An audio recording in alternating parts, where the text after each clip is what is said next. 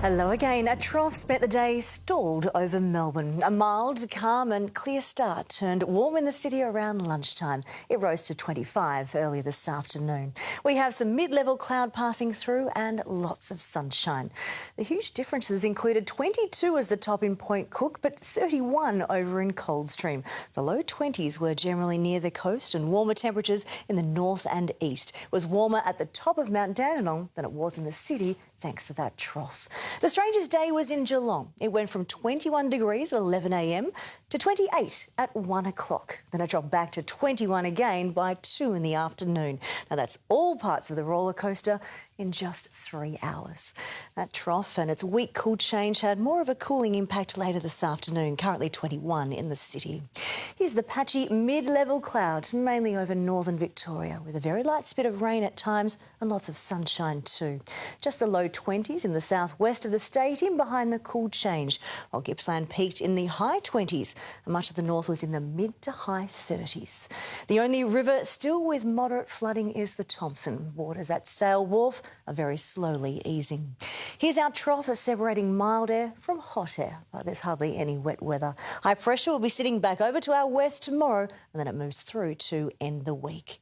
So we are mild in the south tomorrow while the heat continues in the north. Warmer then hot air will spread back through into the south as the week goes on. Then a much stronger change moves through, ready for the weekend. Saturday is cold and wet once again.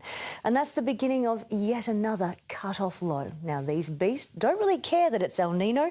They have their own moisture and they drench those in their path, which is currently looking like South Australia and Victoria. That's into next week. And there also may be a cyclone developing in Queensland. Around the nation tomorrow, the highs are in the right spot to put us in a break. Most capitals are dry, generally sunny. The wet weather is up the top. To Victoria, all dry under a mix of sun and cloud, a bit like today. The north warm to hot, but not as extreme as we felt this afternoon. The south is mild thanks to light southerly winds. Closer in, a high over the Bight means we're covered in murky cloud tomorrow morning.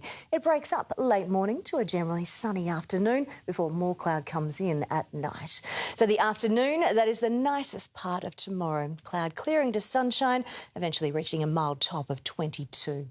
To the 8-day outlook, it should end up being 5 straight days with no rain in Melbourne. Thursday is all dry as well, but it is the last one in this stretch. About 24, a mix of sun and cloud. Jumping up to 32 on Friday, that's the next hot day.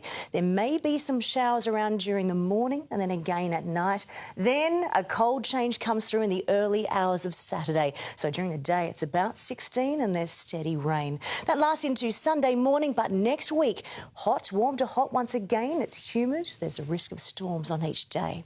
But grey sky does return. A murky Wednesday morning. Then the sun comes out and it's 22. OK, thanks, Jane.